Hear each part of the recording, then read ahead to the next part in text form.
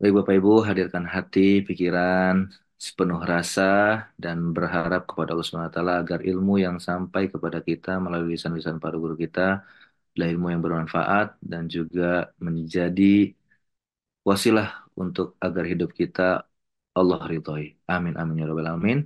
Mari kita sambut dan kita doakan guru kita semuanya, yaitu Mas Hazir Rahim. Falitafadol mashkuran. Ya, halo. Suara Ya, saya didengarkan, Mas? Ya, Mas Imam. kedengeran, aman, Ya, Alhamdulillah. saya izin mulai kalau gitu ya. Ya, A'udzu billahi minasyaitonir rajim. Bismillahirrahmanirrahim. Wa bihi nasta'in. Innahu khairun nasirin wa mu'in. Wa sallallahu ala sayyidina wa habibina wa syafi'i qulubina Abil Qasimil Mustafa Muhammad wa ala ali baitihi at-tayyibin at-tahirin wa ashabihi al-mayamin muntajabin. Amma ba'du, assalamualaikum warahmatullahi wabarakatuh. Assalamualaikum warahmatullahi. Bismillahirrahmanirrahim. Allahumma akhrijna min zulumatil wahm wa akrimna binuril fahm.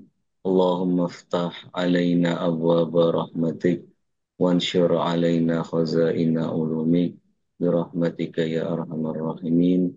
Allahumma ja'al mahyana mahya Muhammadin wa ali Muhammad wa mamatana mamata Muhammadin wa ali Muhammad. Alhamdulillahilladzi hadana lihadza wa ma kunna linahtadiya laula an hadana Allah. A'udzu billahi minasyaitonir rajim. Bismillahirrahmanirrahim. Alhamdulillahi rabbil alamin. Arrahmanir rahim. Maliki yaumiddin. Iyyaka na'budu wa iyyaka nasta'in. Ihdinas siratal mustaqim. Siratal ladzina an'amta 'alaihim ghairil maghdubi 'alaihim waladdallin. Kita panjatkan puji syukur kehadirat Allah Subhanahu wa taala karena pada pagi hari ini kita bisa memulai hari kita dengan sama-sama merenungi ayat sucinya, merenungi ayat terbesarnya yaitu Al-Quran, dan kita insya Allah dengan renungan-renungan ini, dengan diskusi-diskusi ini bisa senantiasa memperbaiki kehidupan kita, bisa senantiasa memperoleh arah yang jelas bagi kehidupan yang sementara ini, dan insya Allah dengan diskusi-diskusi kita ini kita bisa memperoleh ketentraman hati untuk senantiasa istiqomah dalam beribadah dan taat pada Allah Subhanahu wa taala. Amin, Nah, amin. itu teman-teman semuanya, saya ucapkan terima kasih sebelumnya.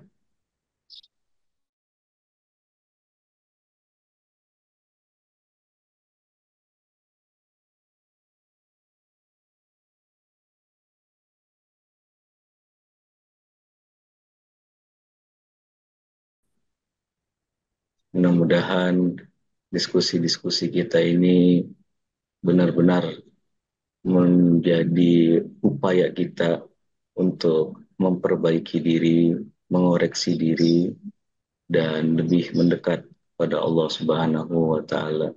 Saya senang sekali bisa memulai sebuah chapter baru ya, dalam kajian Al-Qur'an. Di setiap kajian Al-Qur'an, setiap kali ada judul baru, setiap kali ada dalam tanda petik tantangan baru, itu menyenangkan buat saya karena lebih daripada ibu bapak dan teman-teman semuanya, saya pribadi itu merasa mendapatkan banyak manfaat dan banyak pelajaran dari setiap chapter baru tentang Al-Quran. Jadi Al-Quran ini bertahun-tahun, berpuluh-puluh tahun kita menyelaminya, itu justru kita makin sadar sudut-sudutnya itu makin luas, sudut-sudutnya itu makin tidak bertepi. Jadi yang kita kira kayaknya kita mau sampai, justru kita ngerasa kita masih jauh. Dan alhamdulillah di chapter baru ini yang agak istimewanya buat saya ya, kita akan mencoba bersama-sama berdiskusi tentang sesuatu yang sangat fundamental, Hmm. sesuatu yang mungkin boleh kita sebut sebagai back to basic ya. Jadi di mana Back to kita basic. kembali ingin menata ulang fondasi-fondasi pemahaman keberagamaan kita. Dan di antara fondasi atau basic yang sangat mendasar dalam kehidupan keislaman kita, keimanan kita, juga keberagamaan kita adalah surat Al-Fatihah. Hmm. Jadi surat Al-Fatihah ini adalah di antara hal yang sangat fundamental dalam keberagamaan kita, keislaman kita, dan keimanan kita. Jadi sekali lagi ini merupakan kegembiraan yang luar biasa buat saya, apalagi ada 190-an orang yang punya passion yang sama gitu ya untuk kembali melihat fondasi-fondasi, jangan-jangan fondasi yang selama ini menopang keberagamaan kita, jangan-jangan fondasi yang selama ini menopang keimanan kita dan keislaman kita sudah mulai lapuk, sudah mulai goyang, sudah mulai tidak kuat lagi seperti dulu. Nah, kajian-kajian ini harapannya bisa memperkuat itu, bisa memperteguh itu, sehingga segala amalan-amalan kita, penghayatan kita terhadap agama ini memang berdiri di atas bangunan yang kuat. Saya izin Bapak Ibu untuk share slide sederhana. Seperti biasa, hitam putih tentang Ya, surat Al-Fatihah ini.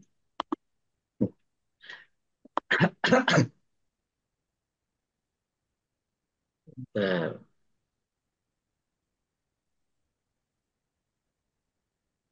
tes aman. aman ya. Ini udah mulai ngeror nih. Oh, share screen-nya belum muncul. Tapi suara masih aman lah. Oh, ya aman ya. Gambar juga aman ya. Gambar aman. Tadi sempat sesekali nge-lag, tapi ya cuma sekian detik. Oke. Slide-nya udah muncul ya? Belum, Belum. belum, aman. Nah, ini nih. Sudah? Sudah, sudah. Oh, udah, alhamdulillah. Oke. Kita pelan-pelan masuk ya pada tafsir surat Al-Fatihah. Pertama, kita mulai chapter kita seperti biasa template-nya tentang mengapa kita Oh, ini perlu, kenapa? ada Bang Azmi resen nih. Mau nanya langsung kayaknya nih. Oh, boleh. Kita kalau langsung mau awal diskusi di awal juga boleh. Ya, sok, monggo. Bang Azmi ya, ini beliau, ini saya nih. Saya jadi malu dari beliau nih. Monggo Bang Azmi. Resen ada sesuatu yang bertanyakan? Atau cek sound beliau?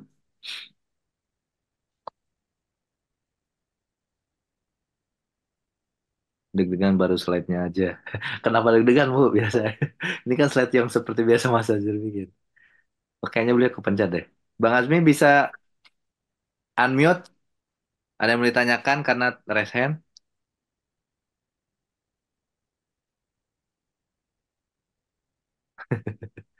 Bapak Ibu, cek-cek aja. Oh, siap, siap, siap, siap. Aman.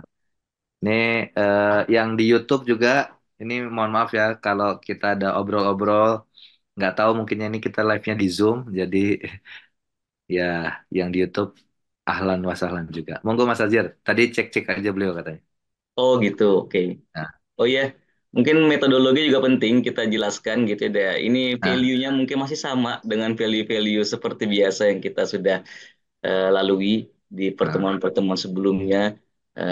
Bapak, Ibu, dan teman-teman semuanya ngerasa bebas aja gitu ya. Kalau emang di tengah-tengah pembicaraan mau ada diskusi. Cuma biasanya kalau kolom chat itu kan karena saya tidak baca, jadi biasanya ke bacanya tuh di akhir gitu ya. Tapi kalau mungkin ada yang bisa langsung raise hand dan bisa langsung memberikan pandangannya melalui video, itu mungkin kita bisa langsung sambil berdiskusi dan sambil buat melanjutkan kajiannya ya.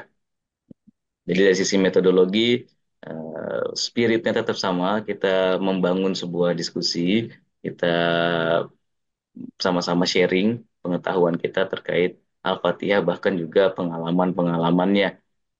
Termasuk Nah, pertanyaan pertama kita ini sebetulnya, tapi tadi Alhamdulillah sudah ditanya di awal sama Mas Imam ya tentang mengapa sih kita perlu sama-sama merenungi surat Al-Fatihah. oke. Saya mulai dengan sebuah eh, proposisi atau kalimat sederhana, yaitu dekat itu jauh. Kita Wow. perlu memulai merenungi surat Al-Fatihah karena yang dekat itu jauh. Nah, kira-kira apa yang dimaksud dengan yang dekat itu jauh? Atau mungkin ada yang mau kasih pandangan nih. Kira-kira Dekat itu apa jauh. sih hubungan antara yang dekat itu jauh dengan kenapa kita harus sama-sama merenungi surat Al-Fatihah? Ah, ayo Bapak Ibu silahkan. Mau di kolom chat atau raise hand? Kenapa dekat itu jauh dan apa korelasinya gitu ya? Iya, Nah itu. Ah, orang Padang juga nih. Uni silahkan. Ya, baik, Ustaz. Mungkin makna dari yang dekat itu jauh karena eh, sebenarnya Allah itu dekat, tapi karena makna Al-Fatihah itu kita tidak tahu, jadi yang Allah dekat itu sehingga terasa jauh karena kita tidak memahami makna dari Al-Fatihah. Mungkin itu, Ustaz. Masya Waduh, Allah, luar Masya biasa. Allah. Dalam. Siap. Makasih Ibu Merida. Ada juga satu lagi kali Mas Azir ya, yang Ya, boleh, present boleh, boleh, boleh, boleh. Bunda Nana Meni. Monggo. Di kolom chat juga banyak nih mungkin ya. Bismillahirrahmanirrahim. Ya. Kalau menurut saya dekat itu jauh itu karena biasanya orang atau sesuatu yang ada di dekat kita itu jarang sekali kita perhatikan, tapi kita sering memikirkan hal-hal yang terlalu jauh. Seperti kita sholat, kita setiap hari sholat, tapi kita tidak pernah memikirkan atau mencoba untuk memahami apa itu sholat, apa itu bacaannya. Tapi kita kadang itu malah memikirkan hal-hal yang melip-melip yang belum pernah kita jangkau atau belum pernah kita lihat. Itu makna pemahaman saya. Masya Allah. Terima kasih banyak Ibu Bunda. Wah, Waduh. di kolom chat juga banyak loh Mas Azir. Oh Selalu iya. digunakan tetapi kurang memahami isinya. Sering dibaca jadi seringnya abai. Dekat dunia jauh dari Allah. Wow, dekat tapi tidak terkoneksi. Sering dibaca tapi Hmm. tidak ada rasa. Sering dibaca tapi tidak ada rasa. Wah, dekat tapi nggak peka. Kayak suami-suami ya, enggak lah. Masya Allah ya, Masya Allah. Jadi dari satu kalimat ini luar biasa pemaknaannya dan interpretasinya. Dan Alhamdulillah kita sepertinya sudah ada di alam makna yang sama nih. Jadi kita Ah, sudah mulai bisa berdiskusi secara lebih lancar kayaknya ya. ya. Karena pelan-pelan value kita sepertinya semakin dekat. Kenapa saya memulai menjawab pertanyaan mengapa kita perlu sama-sama merenung Al-Fatihah itu dengan kalimat yang dekat itu jauh? Karena sebetulnya spiritnya itu sama dengan yang kita sebutkan sebelumnya. Bahwa Al-Fatihah itu adalah sesuatu yang sangat dekat dengan kita. Dan Hmm. saking dekatnya, secara paradoksikal dan secara ironis bahkan, kita itu justru menjauh dari Al-Fatihah itu. Wah, wah. Eh, Contoh paling sederhananya itu buat saya analoginya adalah cahaya gitu. Dan kita sering mungkin beberapa kali sudah sempat menyinggung ini gitu ya. Cahaya itu saking dekatnya dengan kita, kita itu tidak bisa melihat cahaya itu. Tapi kita itu sebetulnya melihat dengan cahaya. Ketika tidak ada cahaya, maka tidak ada satu objek pun yang bisa kita Lihat. iya, betul ya. Tapi ketika objek itu cahaya muncul dan objek itu terlihat sama kita, yang kita lihat itu adalah objeknya bukan cahayanya. Oh, Oh, betul kan? iya, iya. Nah, jadi kenapa cahaya itu tidak terlihat sama kita? Apakah karena cahaya itu jauh dari kita? Tidak. Enggak. Justru karena cahaya itu sangat dekat dengan kita, maka cahaya itu tidak pernah terlihat sama kita. Karena justru dia terlalu dekat, seperti dia itu terlalu jauh untuk kita lihat. Maka cahaya pun seperti itu ya. Ketika dia Mm-mm. semakin tinggi gelombangnya, maka dia akan semakin tidak terlihat ironisnya. Maka kalau tingkatan Oke. cahaya itu ada yang di level ultraviolet, apalagi ada yang di level gamma ray, dan di atasnya lain mungkin angelic light, itu udah sama sekali tidak mungkin bisa terlihat sama kita. Bukan karena dia itu gelap, tapi karena dia itu terlalu terang buat kita. Wow. Maka ketika Allah Subhanahu wa taala berfirman dalam salah satu ayat Al-Qur'annya, wa iza sa'alaka ibadi anni fa inni qarib, Mm-mm. Tuhan mendeklarasikan dirinya itu Dekat. dekat. Dan bukan cuma sekedar dekat tapi qarib, sangat dekat. Oh, korib itu sangat dekat. Jika hambaku bertanya gitu kan tentangku, sesungguhnya aku itu sangat dekat. Uji budak watadai iza Itu daun. da'ani. Aku menjawab doa hambaku ketika mereka meminta kepadaku. Tuhan Oke. itu ada paradoks nggak sih di ayat ini? Aku menjawab doa hambaku ketika hambaku berdoa kepadaku. Aku menjawabku ketika hambaku berdoa kepadaku. Ngomong-ngomong paradoks, paradoks itu ini kan ya, Paradoks itu sesuatu yang nampak kontradiktif, sesuatu yang nampak kontradiktif ya. sepertinya iya tidak sesuai gitu ya. Tapi sebetulnya kalau kita renungi lebih dalam lagi, itu justru menyimpan makna tertentu. Misalnya Allah Subhanahu wa taala berfirman, "Wal awal wal akhir, wal Hmm. zahir wal batin." Tuhan itu awal dan akhir. Jadi Tuhan itu awal atau akhir? Emang awal sama akhir bisa digabung gitu? Ini kan firman Allah ya. Dia itu yang zahir dan yang batin. Terus pada akhirnya Tuhan itu zahir atau batin? Gitu. Oke, Itu paradoks tuh.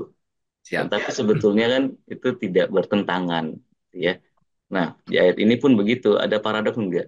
Tuhan menjawab Tuhan menjawab bahkan sebelum kita berdoa sama Tuhan. Ada ya. Ya Kan kan? nggak ditanya, tapi udah jawab gitu. Jadi uji budak wa tadai izadaani menurut para mufasir itu adalah deklarasi Tuhan. Itu adalah sebuah open statement, statement terbuka dari Tuhan bahwa Tuhan itu sudah membuka pelukannya itu dari awal. Bahkan sebelum kita itu berdoa sama Tuhan. Masya Allah. Jadi posisinya itu Tuhan dulu yang menjawab kita, baru kita berdoa. Oh, Kan gitu. Jadi saking dekatnya Tuhan gitu ya sama kita. Konteksnya itu pada kedekatan itu. Tapi karena Tuhan selalu dekat, kita itu sering jadi lupa. Tapi karena Tuhan itu selalu dekat, kita itu sering, mohon maaf bahasa kasarnya, kurang ajar. Maka kita itu bisa kurang ajar sama orang yang biasanya enggak. dekat sama kita. Kita itu lupa, kita itu lalai, kita itu tidak menghargai, itu terhadap orang-orang yang dekat dengan kita. Kasus itu terjadi mungkin terhadap surat Al-Fatihah ini. karena surat Al-Fatihah ini menjadi rutinitas buat kita, akhirnya saking rutinnya itu buat kita, secara paradoksikal itu makin jauh dari kita. Hmm. Kita tidak mengapresiasi dan kita tidak menghargai surat ini. Nah, yang Hmm. kita ingin lakukan sekarang itu adalah mencoba menjauh supaya kita mendekat kepadanya. Wow. Agak ini ya, agak paradoksikal gitu ya. Kenapa? Karena untuk sampai pada cahaya itu, kadang-kadang yang kita perlu lakukan itu adalah menjauh. Kayak kita misalnya melihat nih, ya kita mata saya di depan muka saya nggak ngelihat nih jari saya, tapi ketika saya Oh, menjauh itu, maka saya tuh jadi bisa melihat tangan saya. Nah, menjauh untuk dekat. iya. Maksudnya apa menjauh sekarang itu bukan berarti kita ingin meninggalkan Al-Fatihah, enggak. Tapi Ya. kita ciptakan sebuah eh, jarak gitu ya untuk melihat sebetulnya pemahaman kita tentang Al-Fatihah itu. Oke. Jadi itu yang saya maksud menjauh, di mana kita menzoom out gitu ya, Hmm. penghayatan kita terhadap Al-Fatihah supaya kita bisa betul-betul merasa dekat dengan Al-Fatihah ini. Gitu. Kenapa? Karena perasaan jauh itu yang akan membuat kita mendekat. Kayak tadi ya, ketika kita sudah menyelami lautan Al-Quran, gitu ya, ketika kita merasa Al-Quran itu dekat, kita itu justru tidak ingin menyelami makna Al-Quran. Tapi ketika kita betul-betul menyelami makna Al-Quran, kita ngerasa itu makin jauh dari maknanya gitu. Kita merasa kita makin jauh dari ujungnya. Tapi di saat yang sama, justru kita ngerasa kita makin dekat sama Al-Quran. Tapi Oke. justru ketika kita ngerasa kita sudah sangat dekat dengan Al-Quran, kita justru malah bisa jadi sedang menjauh dari Al-Quran. Ketika kita ngerasa Al-Quran itu ya cuman riak-riak yang ada di pinggir pantai itu. Iya, iya, Iya, iya. iya. Ketika kita merasa ya Al-Quran itu paling mentok ya paling ombak-ombak semeter itu yang muncul di pantai. Tapi kita tidak mencoba untuk menjadi seorang diver. Dan itu kan akan melazimkan sebuah tantangan.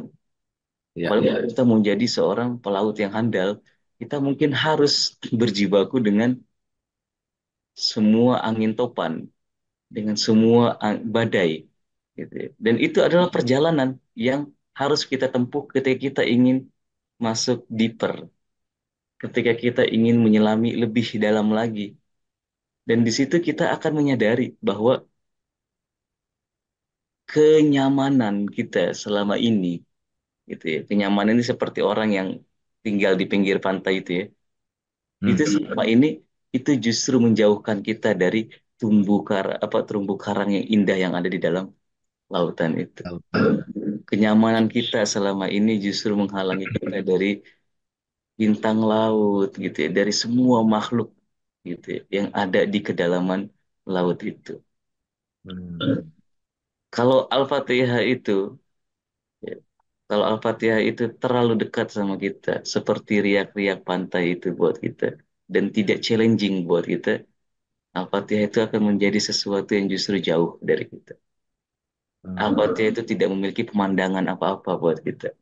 Tapi jika kita mencoba untuk eh, menyelam lebih jauh lagi gitu ya, tidak main di pinggir-pinggir gitu ya, kita coba menjauh, nah kita justru akan menjadi lebih dekat lagi dengan Al-Quran itu. Jadi Mantap. kenapa kita perlu menyelami Al-Fatihah? Ya karena penyelaman yang jauh itu akan mendekatkan kita pada makna Al-Fatihah ini. Penyelaman yang jauh mendekatkan Ya, kita. pemahaman yang baik. Itu ya, itu untuk Ya. pertanyaan pertama tentang kenapa kita perlu belajar Al-Fatihah. Nah, tadi alhamdulillah sudah ada yang ngasih testimoni tuh. Karena minimal Al-Fatihah itu kan kita baca di setiap Ya. sholat kita. Ya. Betul kan? Nah, mau sholatnya itu lebih khusyuk gitu ya, dengan pemaknaan Al-Fatihah yang lebih dalam lagi. Nah, ini ada ayat unik di surat Toha, kalau saya tidak salah ayat 14, 14 sih, betul. Di mana Allah Subhanahu wa taala berfirman, innani anallah. Ya. Sesungguhnya aku adalah Allah. Gitu kan. Tuhan sedang memperkenalkan dirinya. La ilaha illa ana. Tidak ada satu Tuhan pun, satu sesembahan pun ya, yang lebih layak kecuali aku. Ini bahasa-bahasa seperti ini sebetulnya bahasa-bahasa yang sangat intim. Kenapa Tuhan itu betul-betul memperkenalkan dirinya secara sangat dekat? Dari mana kita bisa paham dia memperkenalkan diri secara sangat dekat? Karena kata ganti yang digunakan oleh Tuhan di ayat ini adalah kata ganti orang pertama. Jadi Hmm. anak, saya. Seolah-olah kita sedang berhadap-hadapan dengan Tuhan. Gitu. Kalau misalkan kata gantinya ada kata ganti yang ketiga, sepertinya itu jauh dari kita. Ya kan dia, la ilaha illahu misalkan.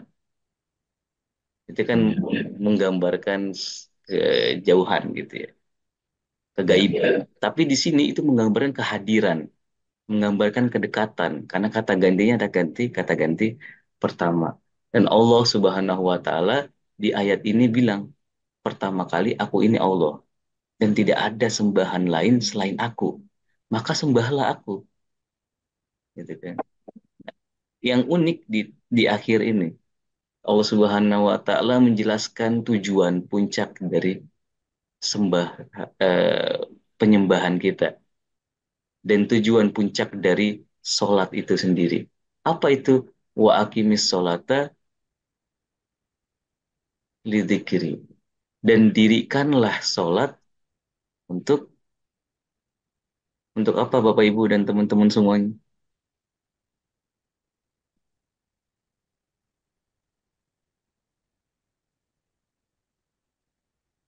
Untuk ya, untuk zikir, untuk mengingat.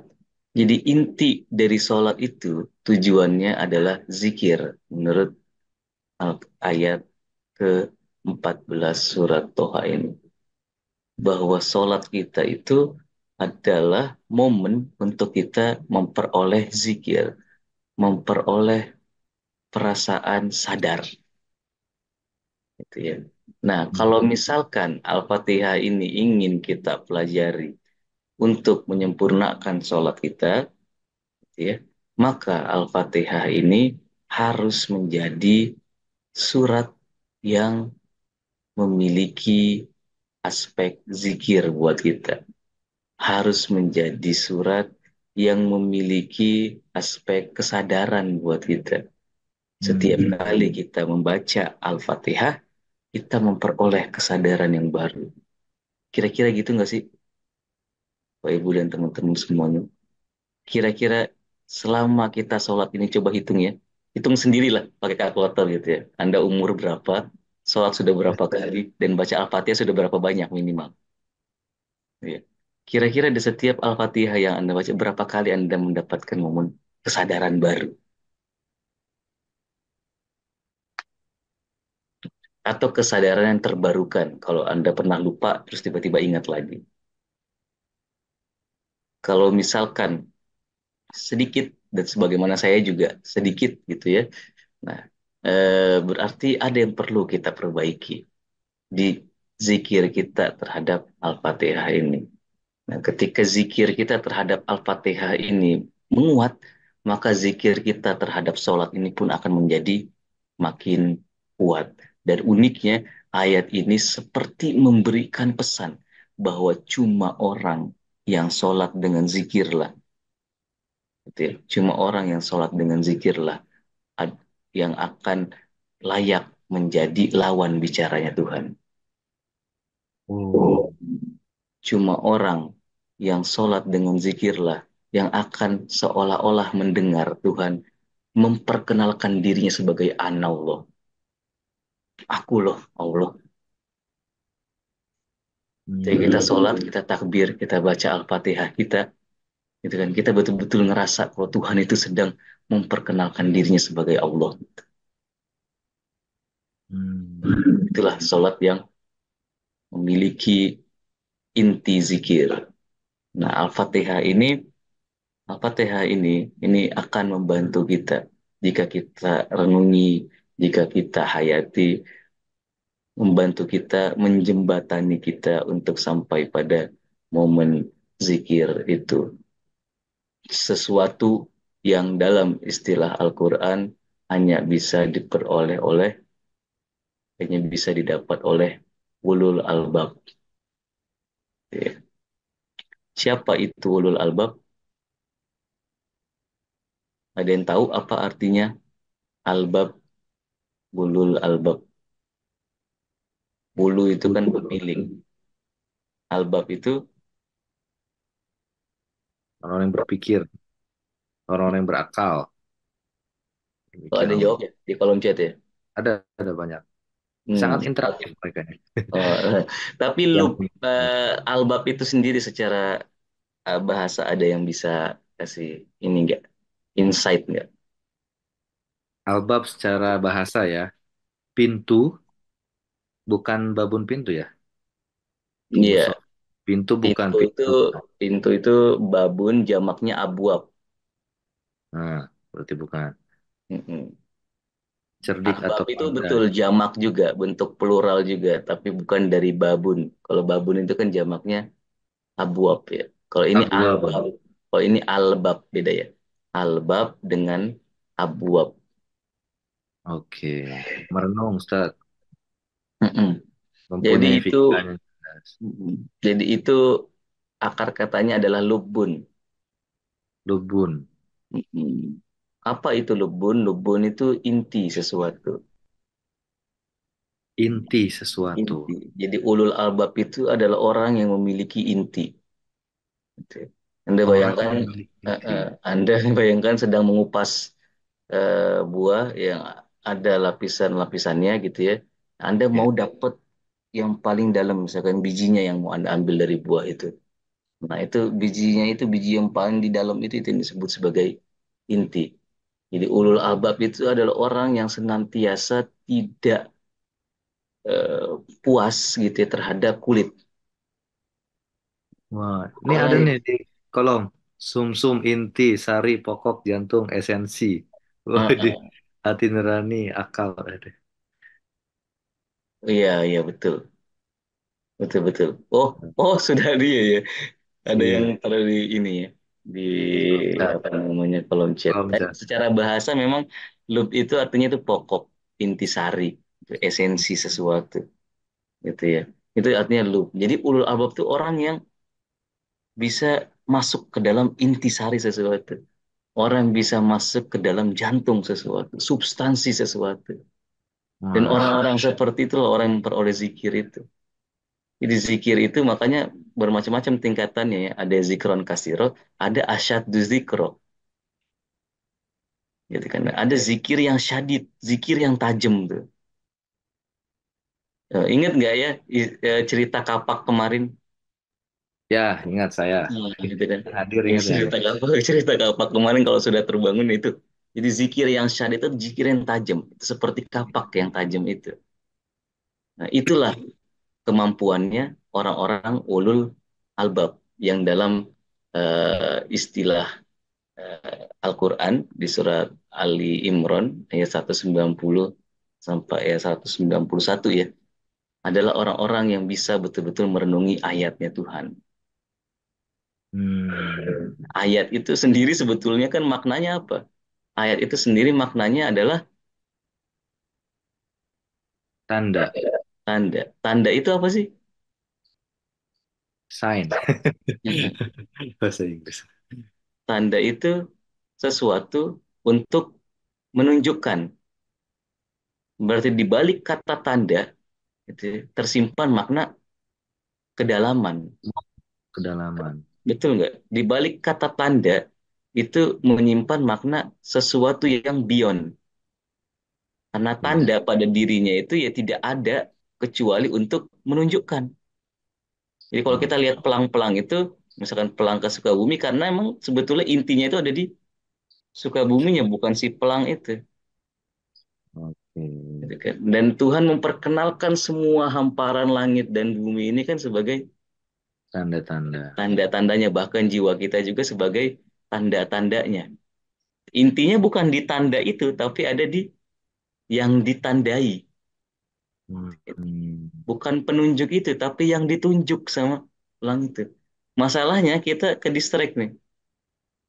Kisah kita, Iya. dulu kita pernah cerita ya, kisah kita itu sama kayak orang yang mendapatkan hadiah, gitu, tapi berterima kasihnya sama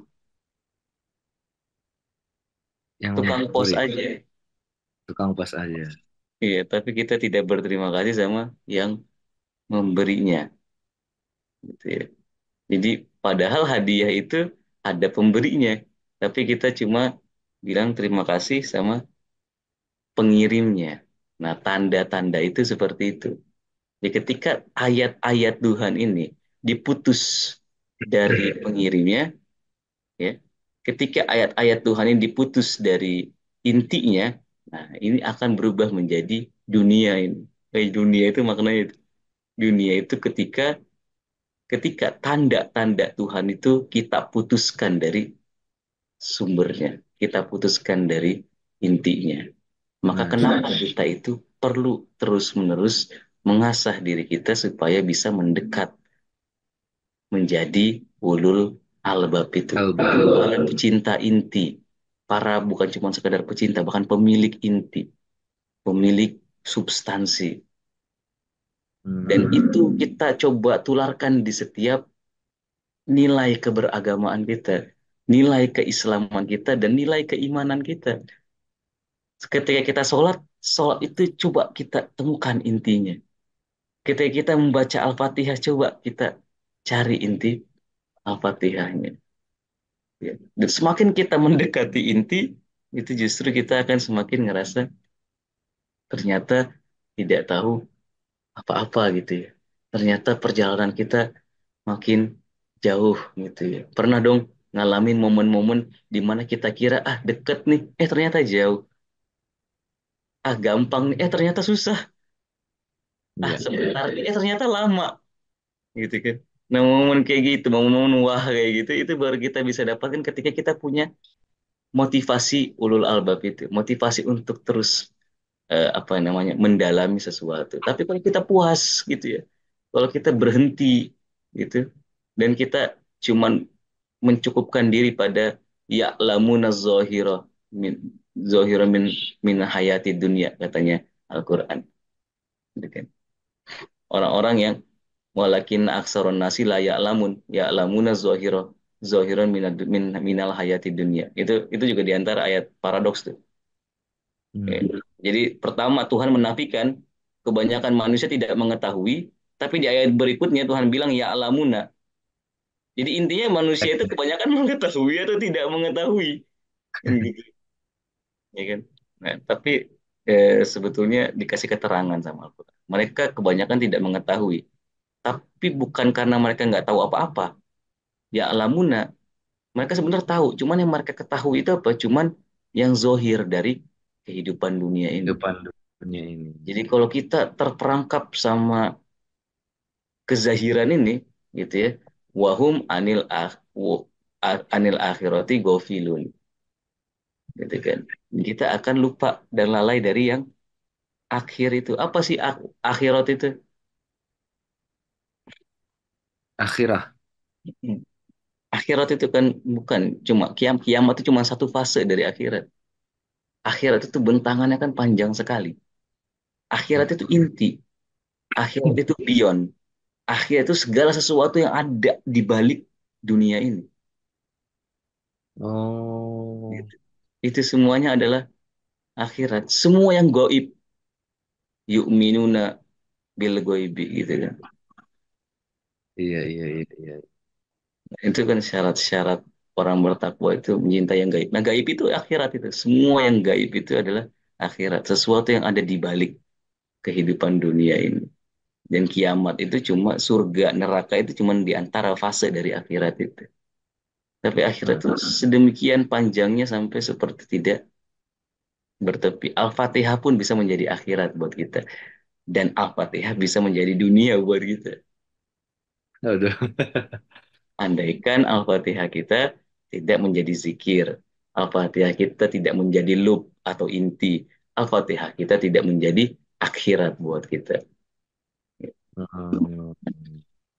Ya, jadi itu sedikit gitu ya value kenapa kita itu perlu bersama-sama berdiskusi tentang Al-Fatihah ini Bapak Ibu dan teman-teman semuanya. Kepanjangan ya kayaknya ya. Mm-mm. Aman, kan kita mau mencari inti nih. Iya, kata yang kalah. Mungkin sebelum kita lanjut ada yang mau didiskusikan atau ada yang mau dipertanyakan. Lanjut dulu, Mas. Lanjut dulu ya. Oke, Kata pengen menjadi zikir tuh untuk katanya. uh, Ya. uh, untuk kita lebih mengenal lagi Al-Fatihah ini kayaknya tepat ya kalau kita pertama-tama mengenal Al-Quran, faces of Al-Fatihah gitu. Ya, Al-Fatihah itu memperkenalkan dirinya itu dengan wajah apa saja.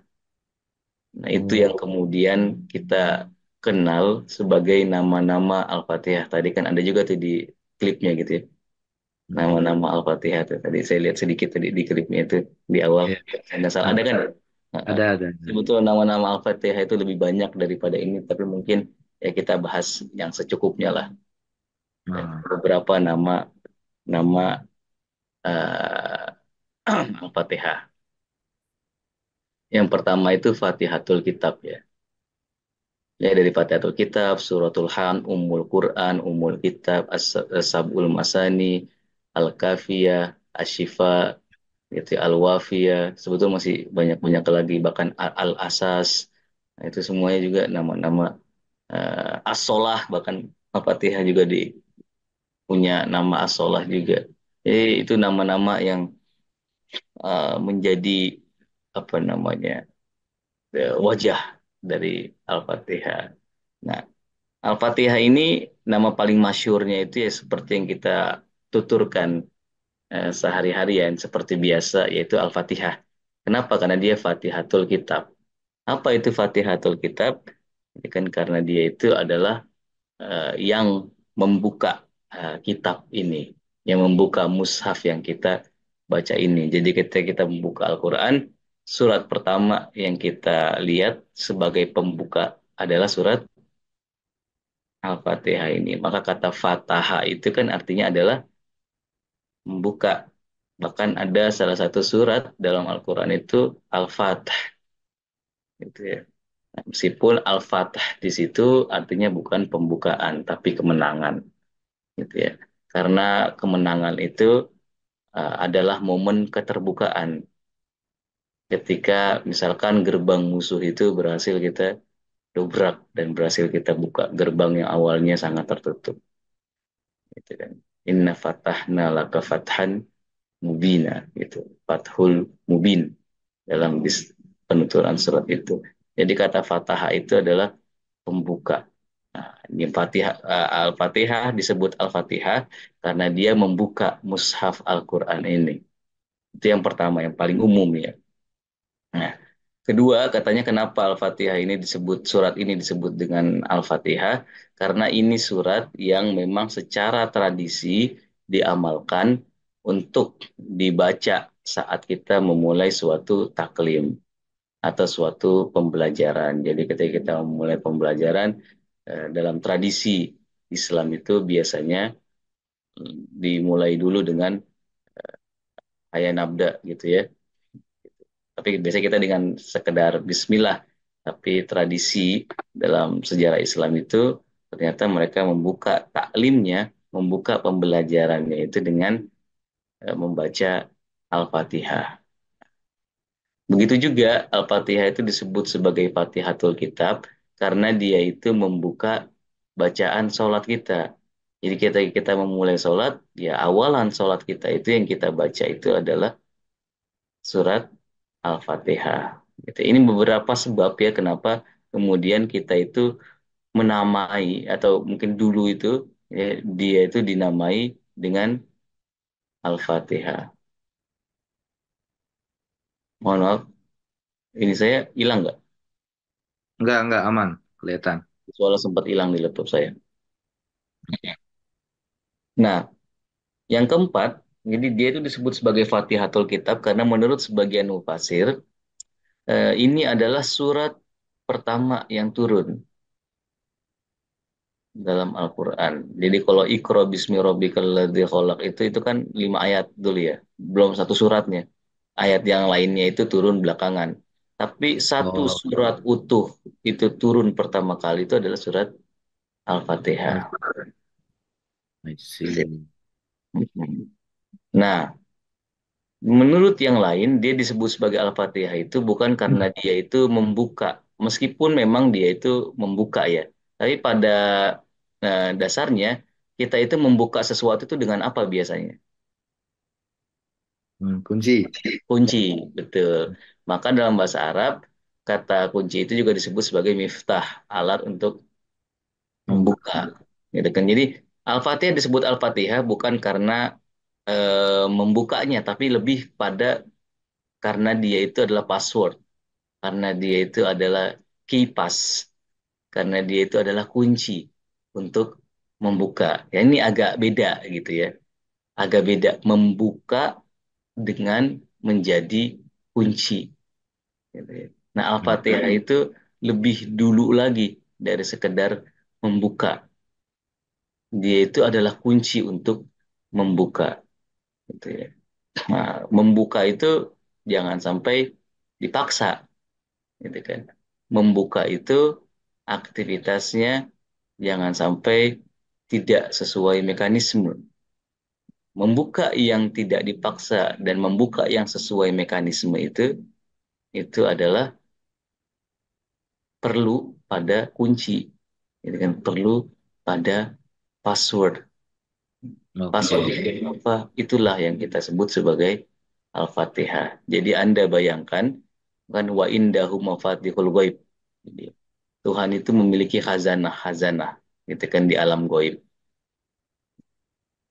Itu kan Oke. istilahnya Al-Qur'an. Nah, bagaimana kita bisa membuka pintu-pintu itu?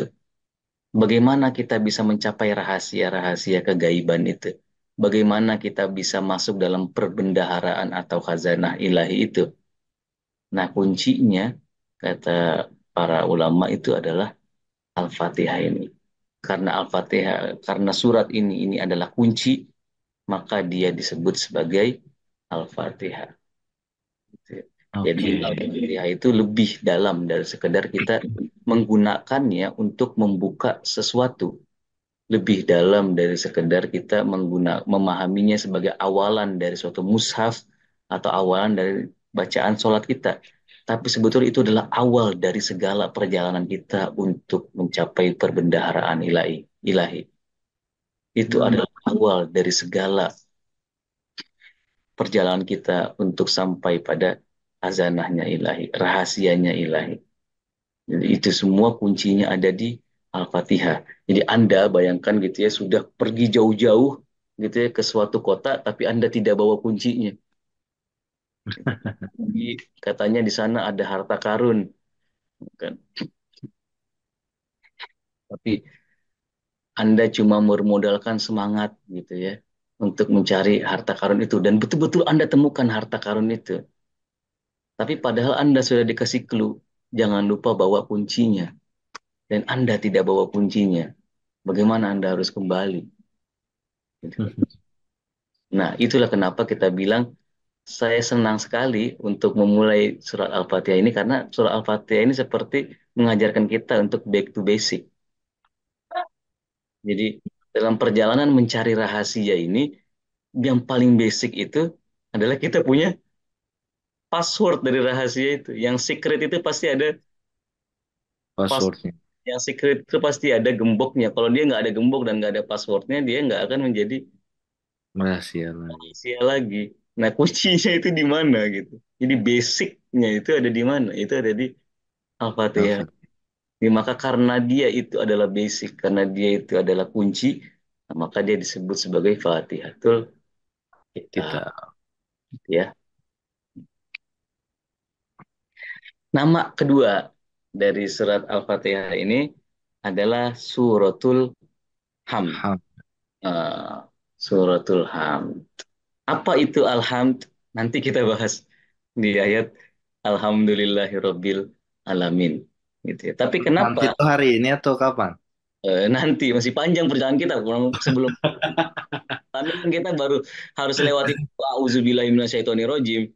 Habis itu baru bismillahirrahmanirrahim. Masya Allah, dahsyat, Pun dahsyat. auzubillah itu nggak masuk dalam ayat ya, tapi nggak apa kita bahas aja. Iya, iya. Ini kan di awal apa makna ta'awuz itu. Auzubillahi minasyaitonirrajim. Nah, alhamdulillah pun mungkin begitu ya. Itu mungkin nanti nggak tahu di pekan keberapa kita bisa sampai di situ. Alhamdulillah ini adalah petikan ya penggalan kata yang digunakan dalam surat Al-Fatihah. Nah, karena dia itu adalah penggalan di awal surat Al-Fatihah, maka surat ini yang ada 7 ayat itu disebut dengan suratul hamd karena ada kata hamd itu. Nah, ini juga kata hamd ini juga kata yang fundamental di dalam surah Al-Fatihah. Dan ini dia beda gitu ya dari syukur dan dia beda dari pujian. Terima kasih. Mm-mm.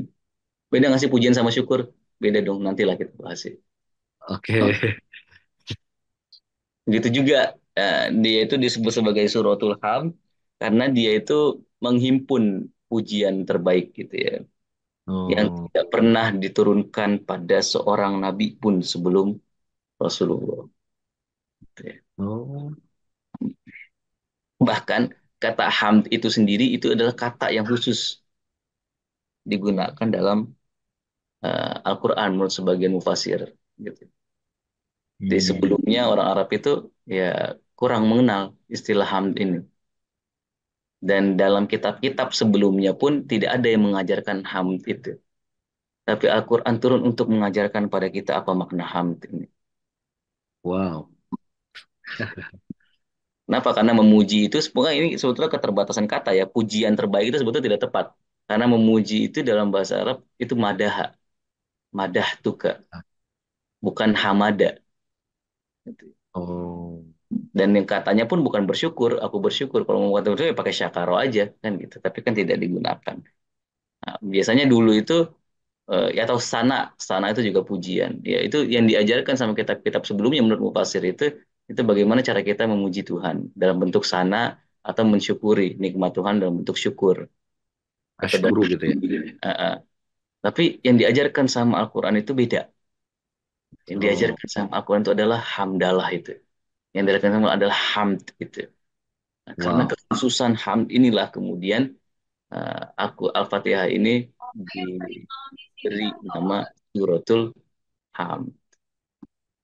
Ya, Bapak Ibu dan teman-teman semuanya.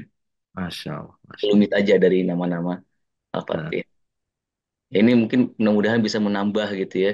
eh, pertanyaan why tadi gitu. Kenapa makanya saya bilang pertanyaan why itu pertanyaan yang tidak bisa dirangkum sebetulnya. Pertanyaan why itu adalah pertanyaan yang bahkan meskipun kadang-kadang kita itu bertindak itu berdasarkan why-nya dulu gitu ya. Iya, iya, Tapi iya. sebetulnya secara unik why itu kadang-kadang baru kita peroleh ketika kita udah sampai di ujungnya gitu. Oh Iya, iya iya. ternyata karena ini ya gitu. I see. Nah, nama ketiga yang tadi juga sempat disinggung di video kayaknya sama teman-teman dari Quran Holic itu adalah Ummul Quran atau Ummul Kitab. Ya. Jadi nama lain Al-Quran itu adalah Ummul Quran dan juga Ummul Kitab. Nah, kata Ummul Kitab ini digunakan ya juga dalam Al-Quran gitu. Nah, sesuatu itu kapan sih disebut sebagai itu apa sih? Umi. Yang kita kenal itu secara umum itu adalah ibu ya atau Ya. induk. Mm-mm. Tapi kata dalam bahasa Arab itu asalnya itu adalah asal itu adalah asal. Itu adalah asal. Jadi asal ketika kita lihat sumber atau asal bagi sesuatu, ya itu disebut dalam bahasa Arab sebagai Nah, maka Hmm. semua turunannya itu disebut dengan ketika dia itu memiliki makna asal, memiliki makna tempat kembali, memiliki makna kesumberan.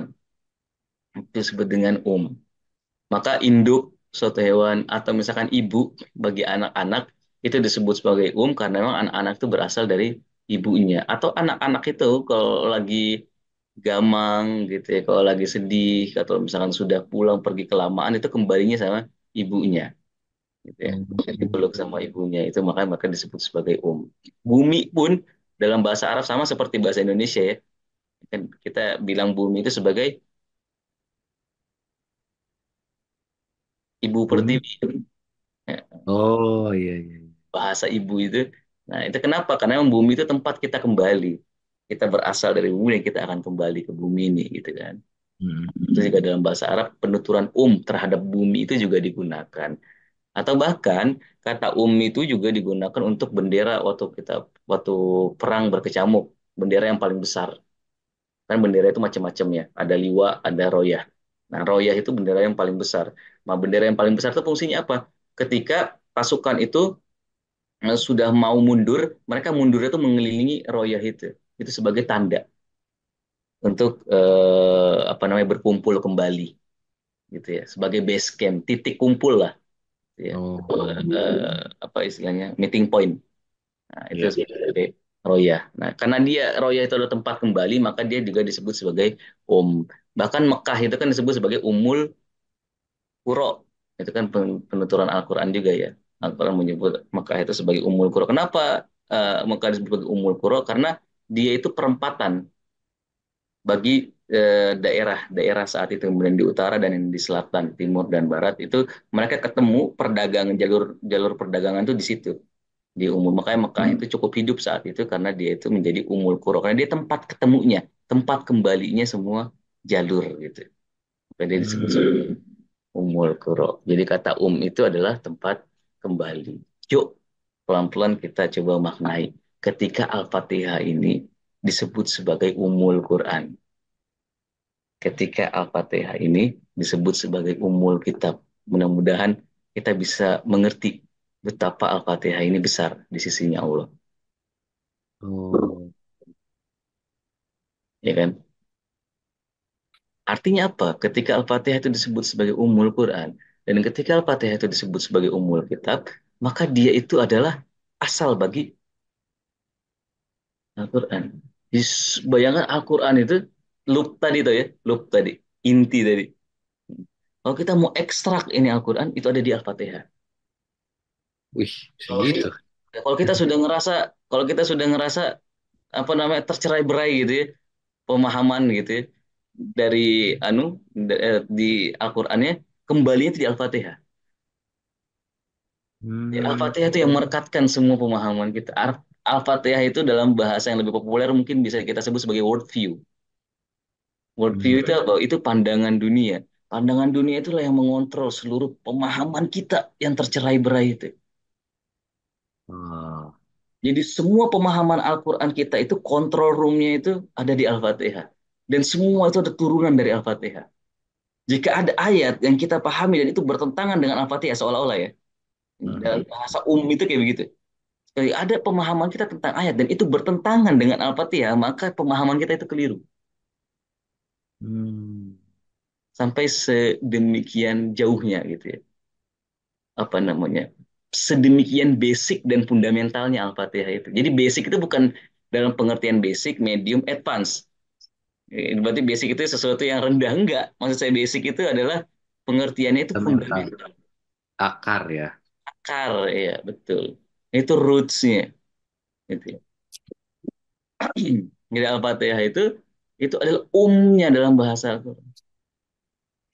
Bukan cuman buat Al-Quran, tapi buat Alkitab, bahkan buat kitab-kitab sebelumnya. Jadi kitab-kitab sebelumnya pun, bahkan kalau mau Anda ukur kebenarannya harus Anda ukur dengan Al-Fatihah ini. Wow. Gitu ya. Agak ininya. Nah, kenapa dia itu disebut sebagai asal bagi Al-Quran? Karena ia mengandung seluruh kandungan utama dalam Al-Quran. Gitu ya. Mulai dari ketuhanan, ma'at, penghambaan, kenabian, bahkan juga kodok dan kodar. Bahkan juga tentang malaikat itu pun bisa secara tersirat kita pahami dari Al-Fatihah. Itu yang ada di rukun iman itu, ya, yang ada di rukun iman yang 6 itu semuanya ada di Al-Fatihah ini. Misalkan ketika kita bilang Alhamdulillahirobbil alamin, gitu. Itu kan ada konsep ketuhanan yang unik, yang berupaya disampaikan sama Al-Quran. Bismillahirrahmanirrahim dulu deh. Itu konsep ketuhanan itu juga udah bisa berjilid-jilid gitu ya. Ya. Belum lagi Alhamdulillahirabbil alaminnya. Gitu. Kata hamdnya itu kan juga itu memberikan sebuah konsep ketuhanan yang berbeda nanti. Begitu juga uh, Ar-Rahmanir-Rahim diulang lagi gitu. Ini kan juga apakah sama aja sama Bismillahirrahmanirrahim yang awal? Gitu kan. Karena Ar-Rahmanir-Rahim yang datang setelah hamd itu sama nggak sih dengan Ar-Rahmanir-Rahim yang datang sebelum hamd? Gitu kan. Sama ya? Ar-Rahmanir-Rahim yang datang sebelum Rabbul Alamin dengan Ar-Rahmanir-Rahim yang datang setelah Rabbul Alamin itu sama atau tidak? Gitu kan. Itu juga punya bisa mengimplikasikan sebuah konsep ketuhanan yang berbeda Oh. pada kita. Baru saya sampai ke di Malik Yaumiddin itu kan konsep maat gitu ya. Kepemilikan absolutnya Tuhan. Disitulah kita betul-betul sadar gitu ya bahwa sementara ini selama ini saya kira saya memiliki sesuatu, tapi betul-betul segala sesuatu itu hanya miliknya Allah. Gitu. Itulah Hmm. pengadilan sesungguhnya, pengadilan eh, yang terbesar. Gitu ya. Pengadilan terbesar itu pengadilan untuk membuktikan kepemilikan Tuhan dan ketiadaan kita. Gitu ya. Jadi bukan dosa dulu yang dibahas. Yang dibahas Anda ini perlu sadar Anda ini bukan siapa-siapa. Anda ini tidak memiliki apa-apa. Terus kenapa selama itu apa yang Anda lakukan? Gitu kan. Selama ini dalam itu pengadilan terbesar. Itulah nanti kita bahas di Maliki Yaumiddin. Iya karena budu itu. Ya. Itu kan penghambaan. Wa iya kan nasta'in. Ihdinas sirotol mustaqim. Konsep hidayah ini bisa menjadi konsep tentang malaikat di situ. Karena hidayah Tuhan itu bermacam-macam. Nah, ada hidayah namanya hidayah tasyri'i. Hidayah tasyri'i itu turun melalui malaikat. Gitu. Untuk na'budu wa nasta'in. Nasta'in itu menanggal kodok dan kodar. Ada takdir di situ yang bisa kita upayakan. Begitu. Ya kan? Semuanya kan ada di Al-Fatihah gitu ya. Ini cuma sekelumit aja ya. Spill. Maat itu apa, Ustaz? Maat itu hari akhir. Keyakinan tentang hari akhir. Gitu. Ya. Maat itu kan kata out dari kata ada ya udu kembali. Gitu ya. Itu momen ketika kita kembali. Ada mabda, ada ma'at. Mabda itu ketuhanan. Ma'at itu ketika kita kembali lagi ke Tuhan. Ada innalillah, ada wa inna Ilahi. ilaihi rojiun. Gitu. Nah, konsep ilaihi rojiun itu konsep kembali itu adalah konsep ma'at. Hmm. Gitu ya. Nah, itu ada di surat Al-Fatihah juga. Siratal ladzina an'amta alaihim. Siapa orang-orang yang mendapatkan nikmat itu ya. An'amta ini jadi keingatan cerita saya tentang Naam. Ada yang mengira ada yang mengira an'amta alaihim itu atau an'amnya itu an'amanya itu akar katanya dari kata na'am. Hal itu akar katanya dari kata nikmat ya, nikmah, bukan dari kata na'am. Terlepas dari itulah, jadi itu cuma kelewat aja di kepala saya gitu ceritanya. Jokes ya, jokes. Nah, itu apa namanya bisa kita paham konsep kenabian dari situ, ya kan?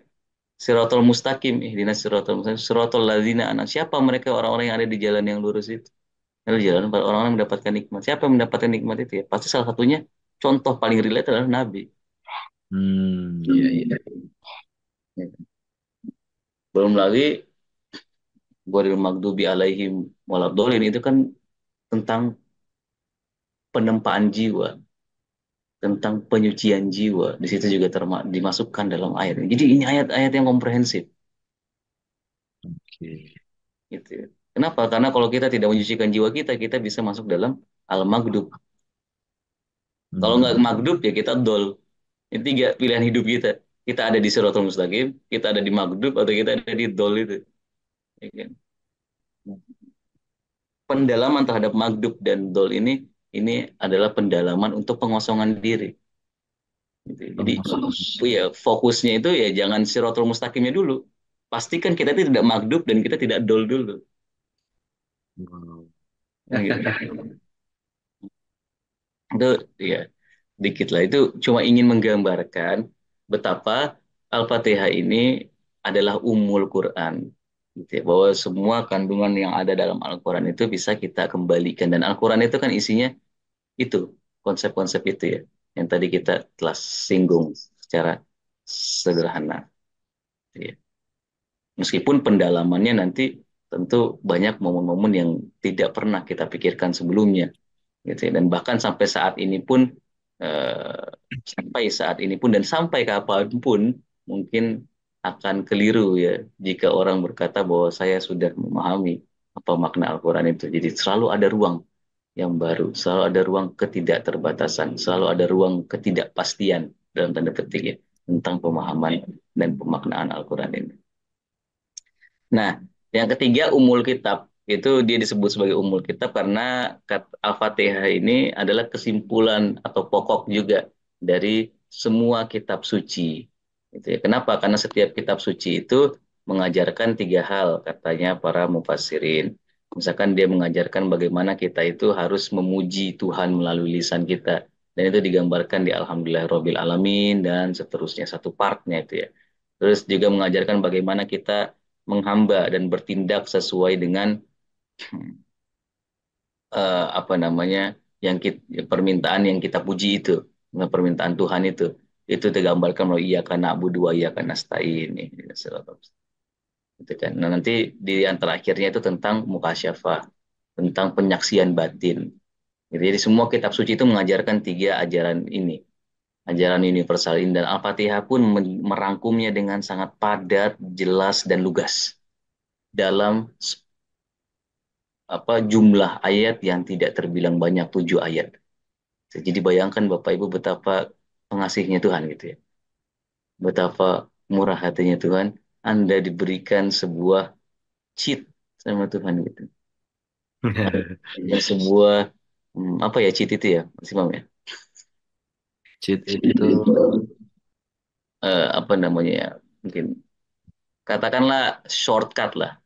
iya, iya, iya, iya. Katakanlah itu shortcut itu apa? Jalan pintas lah, jalan pintas gitu ya. Yang sederhana gitu ya. Sama Tuhan dan dirangkumkan seluruh materi itu dalam 7 ayat ini. Dan kita mudah melafalkannya, dan kita mudah menghafalkannya. Bukan cuma melafalkan, menghafalkannya pun kita mudah gitu. Dan coba kita hargai itu atau enggak gitu. Jadi semua kandungan ini dipres sama Tuhan jadi dalam 7 ayat buat kita semua. Gitu kan. Dan itulah kenapa kita suruh diulang-ulang di sholat itu. Karena memang ini fundamental, karena memang ini apa namanya mengandung seluruh pengetahuan yang kita butuhkan di perjalanan hidup kita. Nah, kitab-kitab itu biasanya berisi dari 3 aspek ini dan tiga aspek ini itu ada di dalam Al-Fatihah. Atau menurut penafsiran lain, kenapa dia disebut sebagai umul Quran atau umul kitab? Karena ilmu itu biasanya cuma 2 hal aja. Ilmu tentang rububiyah dan ilmu tentang ubudiyah. Satu part Al-Quran itu tentang Al-Fatihah itu tentang rububiyah, satu part lagi tentang ubudiyah. Iya. Gitu. Jadi kita bisa membagi 2 part dalam Al-Fatihah. Gitu. Part pertama setengahnya itu tentang konsep rububiyah, konsep ketuhanan, gitu ya. Di mana Allah itu sebagai zat yang maha mengatur segala sesuatu. Maha mengatur ini kan juga nanti kita bahas kata Rob ini sebetulnya jika kita yakini gitu ya. Jika betul-betul kita eh, hayati seharusnya tidak menyisakan ruang kecemasan buat kita. Hmm. Ya kan? Tidak menyisakan ruang kekhawatiran buat kita. Tidak membuat kita ngerasa kok Tuhan ini nggak adil ya. Kok Tuhan ini kok kayak nggak sayang ya sama saya. Kok Tuhan ini kayak pilih kasih ya.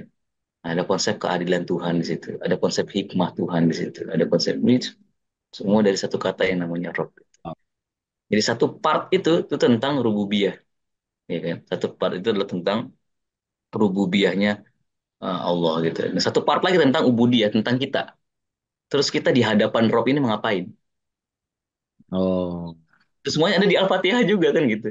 Itu iya. all you needs gitu. Sebetulnya ya all you needs dalam hidup ini ya antum ya, ya antum lagi. Ya kita itu Ya kita itu tahu, ya kita itu tahu bahwa pada akhirnya siapa Tuhan kita dan kita ini mau ngapain dalam hidup ini. Hmm. Kan gitu. Itu semuanya ada di Al-Fatihah. Nah, yang ketiga, menurut sebagian mufasir, kenapa Al-Fatihah itu disebut sebagai Ummul Quran atau disebut sebagai Ummul Kitab? Karena lingkup ilmu manusia itu nggak lebih dari tiga hal pada awalnya. Itu entah usul, entah furu, entah mukasyafah. Usulnya itu ada di part-part sepertiga awal, gitu ya. Furunya itu ada di seperti dua pertiganya. Nah, yang mukasyafah itu ada di tiga pertiganya. Ya kan? Jadi sebagiannya itu tentang usul. Usul itu apa sih? Usul itu fondasi. Ya. Usul itu kalau mungkin bahasa populer sekarang akidah, gitu ya. Oh, Keyakinan, worldview, cara pandang kita, gitu ya. Itu di situ tentang ketuhanan, kenabian dan lain sebagainya. Furu itu tentang apa sih? Tentang ibadah, fikih, amalan kita. Mukasyafah itu apa sih? Mukasyafah itu tentang pembersihan batin kita. Mukasyafah itu bagaimana caranya kita bisa menyingkap semua hijab-hijab kita, gitu ya. Dan itu ada di part terakhir gitu ya. Dan itu penting. Kenapa? Karena peran Nabi pun diturunkan sama Allah itu untuk apa? itu mukasyafah. Dari mana kita tahu untuk mukasyafah?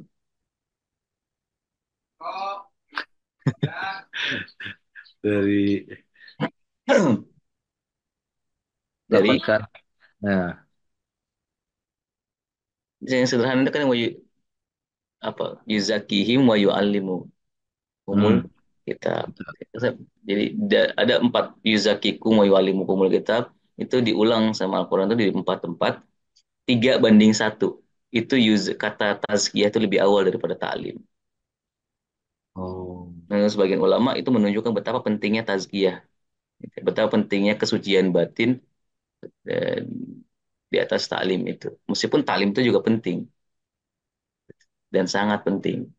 Tapi ini kan ada maknanya kenapa Al-Quran itu di tiga tempat itu mengedepankan kata tazkiyah, tapi di satu tempat itu taklim yang didahulukan sesuai konteksnya. Bukan? Ini menunjukkan betapa mukasyafah itu sebetulnya dan tazkiyah itu membuat kita bisa mukasyafah, bisa go deeper gitu ya. Bisa masuk menyelam lebih dalam lagi, bisa berani untuk mengambil kemarin yang ingat ya, mengambil tantangan-tantangan yang sepertinya pay later. Ini kan kemarin sudah kita bahas ya. Bukan karena Tuhan mau pay later gitu ya, tapi memang ada hal-hal itu di kedalaman laut itu yang memang cuma dia itu bisa dinikmati di dalam laut. Ketika Anda tarik terumbu karang itu dari kedalaman laut, dia bakal mati di atas laut. iya. Ekosistem dia itu ekosistem batin. Ekosistem dia itu adalah ekosistem kedalaman. Dan Anda nggak punya cara lain kalau mau melihat itu kecuali Anda menyelam di situ. Hmm. Kecuali Anda mendapatkan mukasyafah itu. Kecuali Anda mendapatkan loopnya itu. Kecuali kita berani untuk menyelam itu. Memang akan ada topan. Memang akan ada badai. Memang Anda akan kesulitan bernafas. Tapi worth it nggak sih? Ya. Nah itulah tujuan penciptaan kita kan gitu. Hmm. Jadi tidak semua yang pay later itu kemarin kan gitu kaidahnya. Ya. Tidak semua yang pay letter itu ya tidak bermanfaat buat kita. Bahkan kita bisa dan berani untuk mengambil resiko itu gitu. Orang aja mau fitness aja belum tentu kekar badannya, tapi dia tanggung semua penderitaan itu. Iya, Wah, iya. angkat bebannya luar biasa tuh kadang-kadang saya tuh mikir ya, entah mau harus bersyukur, entah harus sedih gitu. Tapi luar biasa gitu passionnya orang-orang itu. Ya kan? Memperindah ini atau mungkin ya katakanlah menjaga kesehatan ya bahasa halusnya. Ini kadang-kadang kan ada kepentingan estetika kan. Iya, iya, iya. Demi estetika badan gitu ya. Seorang tuh sampai betul-betul rela untuk apa namanya berjuang mati-matian gitu. Tapi estetika jiwa gimana? Wow, estetika jiwa. Keindahan jiwa itu bagaimana? Iya, Kita iya. kasih waktu yang cukup nggak? Padahal itu worth it juga. Padahal itu bernilai juga. Begitu mungkin Mas Imam, Bapak, Ibu, dan teman-teman semuanya, saya nggak sadar ternyata udah jam 7.15 ini sedikit mungkin ke depan. kita bahas lagi sedikit lah ya. Apa namanya, nama-nama lain lagi dari Al-Fatihah sebelum kita masuk pelan-pelan ke makna. Nggak apa-apa ya, kita pelan-pelan ya, sambil kita Ya, ciptakan ininya apa namanya, ruang diskursusnya gitu. siap, siap. Mudah-mudahan bermanfaat, mudah-mudahan kita tetap bisa istiqomah, karena yang paling penting dari memulai sesuatu itu adalah konsistensinya. Ya, kita boleh senang di awal gitu ya, dan saya juga termasuk yang paling senang di antara Bapak Ibu dan teman-teman semua untuk memulai chapter baru, tapi kita punya tanggung jawab untuk sama-sama eh, minimal apa namanya, secara relatif ya menyelesaikan apa yang sudah kita mulai ini. Mudah-mudahan Allah kasih konsistensi buat kita semuanya, dan mudah-mudahan di atas itu semuanya ada manfaat yang bisa kita tarik dari kajian-kajian kita. Saya kira itu yang bisa kita sampaikan di pertemuan ini. Mohon maaf jika ada kesalahan kata. Wassalamualaikum warahmatullahi wabarakatuh. Waalaikumsalam. Wah, ya, saya sih mau bilang ke Bapak Ibu Ayah Bunda Quranholic yang sudah hadir ya. Selamat datanglah di diskusi kita di Zoom di Alap Makna yang mungkin Bapak Ibu selama ini ikut Zoom. Mungkin ya, mungkin karena saya 5 tahun apa namanya di menemani di kajian-kajian online itu unsur-unsur entertainment hiburan gitu ya, terus unsur-unsur biar orang suka itu cukup cukup menjadi fokus.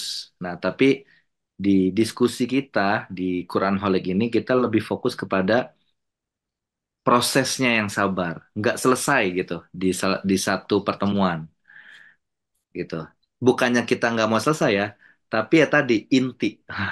Ini buat sampai ke inti ini perlu sabar gitu kan. Buat dapetin santan kelapa aja kan harus naik dulu kelapanya atau beli dulu dibuka, disrek gitu ya. Di wah sampai akhirnya jadi santan gitu ya. Nah, kita mau dapatkan ini inti Quran gitu. Al-Fatihah atau kajian-kajian yang ada di Quran Holik ya.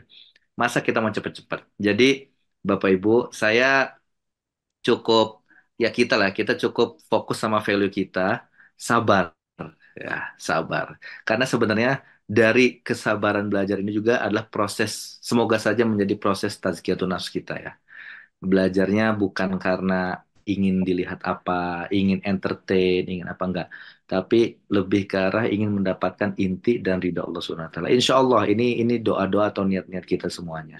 Semoga Allah jaga terus niat kita. Jadi kalau nanti ya, ini bukan doa tapi ini wanti-wanti berkurang gitu ya. Partisipannya nih dari hari ke hari gitu misalkan ya. Wah kok mulai ini gitu ya capek gitu ya nggak apa-apa juga nggak apa-apa. Tapi ya kita akan menseleksi orang-orang tersebut gitu jadi menseleksi orang-orang yang memang mau meaningful mau mindful mau fokus di saat dunia di luar sana kecepatannya luar biasa ya scroll scroll aja kita cepet nih set, set, set, set. Saya sampai berpikir ya lawannya kecepatan itu sebenarnya kelambatan juga kita slow aja lah santai aja gitu. Kadang saya juga sampai mikir di usaha saya, udahlah santai aja lah gitu ya. Mau ngejar apa sih cepat-cepat gitu. Jadi Bapak Ibu kita nikmati bareng-bareng gitu. Saya pun sama belajar, saya dapat motivasi ini dari Bapak Ibu Ayah Bunda Quran Holic juga sebenarnya biar bisa belajar diskusi dengan cara yang seperti ini gitu ya. Lambat tapi super makna. Wah, ya alhamdulillah nih. Jadilah agen-agen kelambatan ya. Agen-agen kesabaran lah. Jadi ya fokus lah ya gitu, insya Allah. Soalnya terus terang aja Bapak Ibu, kami agak khawatir di awal itu ada nggak ya yang mau belajar seperti ini gitu. Ada nggak sih sebenarnya gitu. Ya kita lihat dulu lah 3 bulan di Healing Bersama Quran. Oh ternyata ada. Kita bukan yang lebih eksklusif. Oke, ada juga nggak mau yang ikut nge-share juga. Nah, ini semoga aja yang nge-share, yang share, yang ngajak orang juga untuk belajar. Ini kan kayak di kuliah lagi ya. Cuman bedanya kita enak nih bisa diskusi gitu ya. Gitu Bapak Ibu, sedikit curhat dari kami lah ya. Nama Quran Holy kan sebelumnya nggak ada. Awalnya adanya HBQ, Healing Bersama Quran. Jadi memang ini semuanya ada insya Allah aja atas dasar kebutuhan dari Bapak Ibu Ayah Bunda sekalian. Jadi Alhamdulillah, makasih saya ucapkan atas kesabarannya, atas mau sefrekuensinya, atas mau sabar pelan, ya. Nggak tahu nih quotes-nya benar atau enggak. Cuma saya mikir gitu aja. Lawan dari kecepatan yang serba cepat. Nih kita kayak HP nih scroll scroll scroll scroll gitu ya. Kayaknya perlu pelan aja deh, santai. Asik. Baik, terima kasih. Sudah 7.19. Kalau nunggu-nunggu kapan nih masuk auzubillahi minasyaitonirrajim atau bismillahirrahmanirrahim biar sholat saya ini tenang. Tenang, nanti lah ya. Kita belajar dulu why-nya. Nah, gitu. Oke. Jadi Bapak Ibu, di 214 partisipan ini yang belum masuk ke grup Meaningful Al-Fatihah, silahkan hubungi admin ya, Kak Zahra. Ya, hubungin Kak Zahra. Karena ini perjalanan panjang, kita nggak share di Healing Bersama Quran nantinya. Kita hanya share di Meaningful Al-Fatihah saja. Yang belum daftar, silahkan daftar. Ya. Terima kasih banyak atas perhatiannya, Mas Azir. Terima kasih banyak. Sehat-sehat. Allah Makasih, mohon maaf kalau ada kekeliruan. Coba kita lah, pokoknya makasih banget. Ya sabar-sabar juga terima kita ini yang Ya, kadang terburu-buru. semoga sehat-sehat semuanya, berkah selalu. Amin, amin. Ya, mari kita tutup pertemuan pertama kita ini dengan bersyukur. Alhamdulillah ya, istighfar sepenuh rasa dan doa kafaratul majelis. Alhamdulillahirrabbilalamin. Astagfirullahaladzim. Astagfirullahaladzim. Astagfirullahaladzim. Subhanakallahumma wa bihamdika asyhadu an la ilaha illa anta astaghfiruka wa atubu ilaik. Bapak Ibu, jangan lupa di subscribe YouTube-nya ya. Ini masuk ke YouTube nanti. Dan di share, di like, di komen silahkan biar rame. Kalau kejahatan, kemungkaran aja banyak, kebaikan kita banyakkan lagi. Terima kasih, saya Imam Syarbani. Pamit. Wassalamualaikum warahmatullahi wabarakatuh. Waalaikumsalam warahmatullahi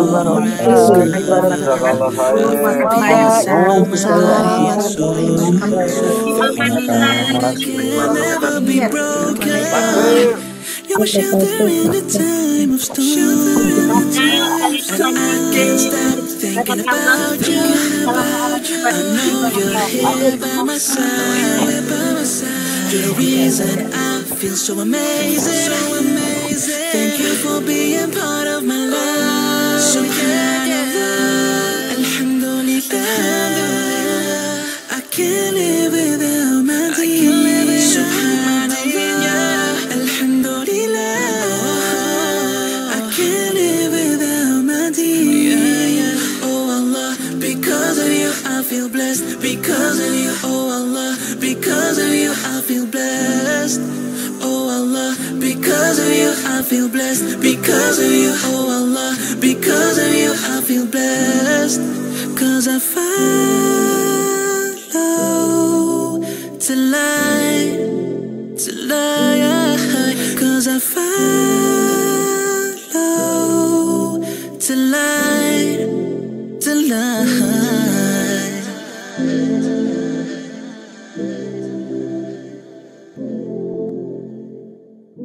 Subhanallah.